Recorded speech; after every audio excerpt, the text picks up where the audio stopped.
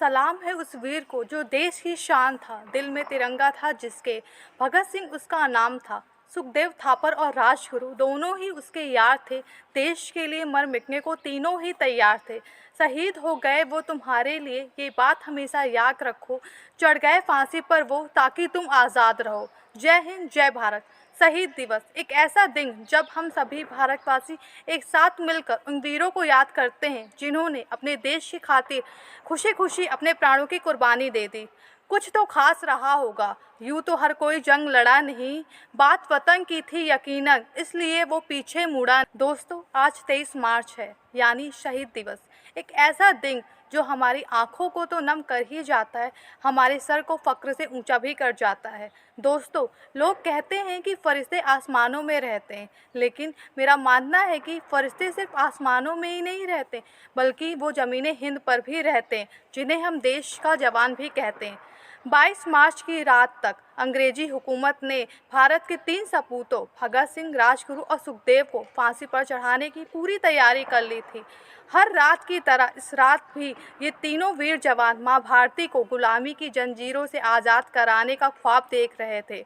पूरे देश में यह खबर आग की तरह फैल गई थी। वो रात सिर्फ इन 3 वीरों के परिवारों के लिए ही नहीं, बल्कि हज़ारों लाखों माताओं के लिए भी भारी रात थी। लेकिन कुछ ऐसा हुआ कि अंग्रेज सरकार को तय समय से 11 घंटा पहले ही 23 मार्च को इन्हें फांसी पर चढ़ाना पड़ा। फांसी दिए जाने से पहले भगत सिंह, राजगुरु और सुखदेव से उनकी आखिरी ख्वाहिश पूछी गई। तीनों ने एक स्वर में कहा कि हम आपस में गले मिलना चाहते हैं। इजाज़त मिलते ही ये आपस में लिपट गए थे। भगत सिंह ने अपने आखिरी वक्त में देश के नाम एक संदेश दिया था। देश के लिए शहीद आज़म भगत सिंह, राजगुरु और सुखदेव ने हंसते हंसते फांसी को गले लगा लिया था।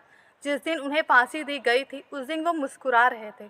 मौत से पहले इन देशभक्तों ने गले लगकर भगवान से इसी देश में पैदा करने की गुजारिश की थी, ताकि इस मिट्टी की सेवा ये करते रहें। जिस दिन भगत सिंह और बाकी शहीदों को फांसी दी गई थी जिस दिन भगत सिंह और बाकी शहीदों को फांसी दी गई थी, उस दिन लाहौर जेल में बंद सभी कैदियों की आंखें नम हो गई थी। यहाँ तक कि जेल के कर्मचारी और अधिकारी के भी हाथ कांप गए थे। धरती के इस लाल के गले में फांसी का फंदा डालने में जेलर के हाथ कांप रहे थे। जेल के नियम के मुताबिक फांसी से पहले तीनों देशभक्तों को नहलाया गया था। फिर उन्हें नए कपड़े पहनाकर जल्लाद के सामने किया गया, जिसने इनका वजन लिया। मजे की बात तो ये थी कि फांसी की सज़ा के ऐलान के बाद ही भगत सिंह का वजन बढ़ गया था। शहीद दिवस के इस खास मौके पर हम आपको बताने जा रहे हैं भगत सिंह के आखिरी खत के बारे में, जो उन्होंने फांसी के ठीक एक दिन पहले लिखा था। सच तो ये है कि भगत सिंह 23 मार्च 1931 की उस शाम के लिए लंबे अरसे से बेसब्र थे। एक दिन पहले यानी 22 मार्च 1931 को अपने आखिरी पत्र में भगत सिंह ने इस बात का भी जिक्र किया था।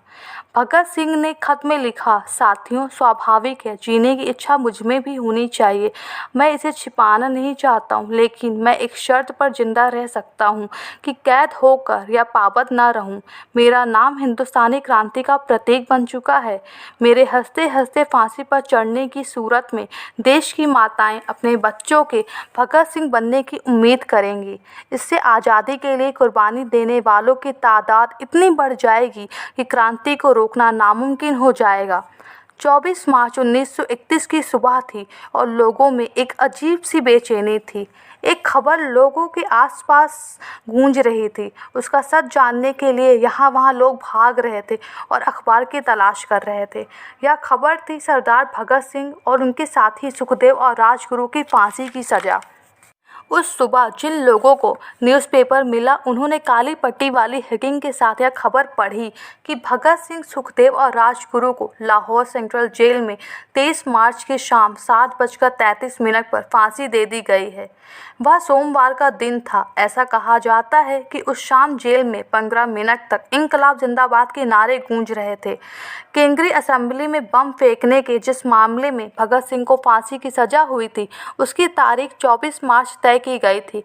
लेकिन उस समय पूरे भारत में इस फांसी को लेकर जिस तरह से प्रदर्शन और विरोध जारी थे, उससे सरकार डरी हुई थी और उसी का नतीजा रहा कि भगत सिंह, सुखदेव और राजगुरु को चुपचाप तरीके से तय तारीख से एक दिन पहले ही फांसी दे दी गई। फांसी के समय जो कुछ आधिकारिक लोग शामिल थे, उन्होंने यूरोप के डिप्टी कमिश्नर भी शामिल थे। जितेंद्र सान्याल की लिखी किताब भगत सिंह के अनुसार ठीक फांसी पर चढ़ने के पहले के वक्त भगत सिंह ने उनसे कहा, मिस्टर मजिस्ट्रेट, आप बेहद भाग्यशाली हैं कि आपको यह देखने को मिल रहा है कि भारत के क्रांतिकारी किस तरह अपने आदर्शों के लिए फांसी पर भी झूल जाते हैं। ये भगत सिंह के आखिरी वाक्य थे।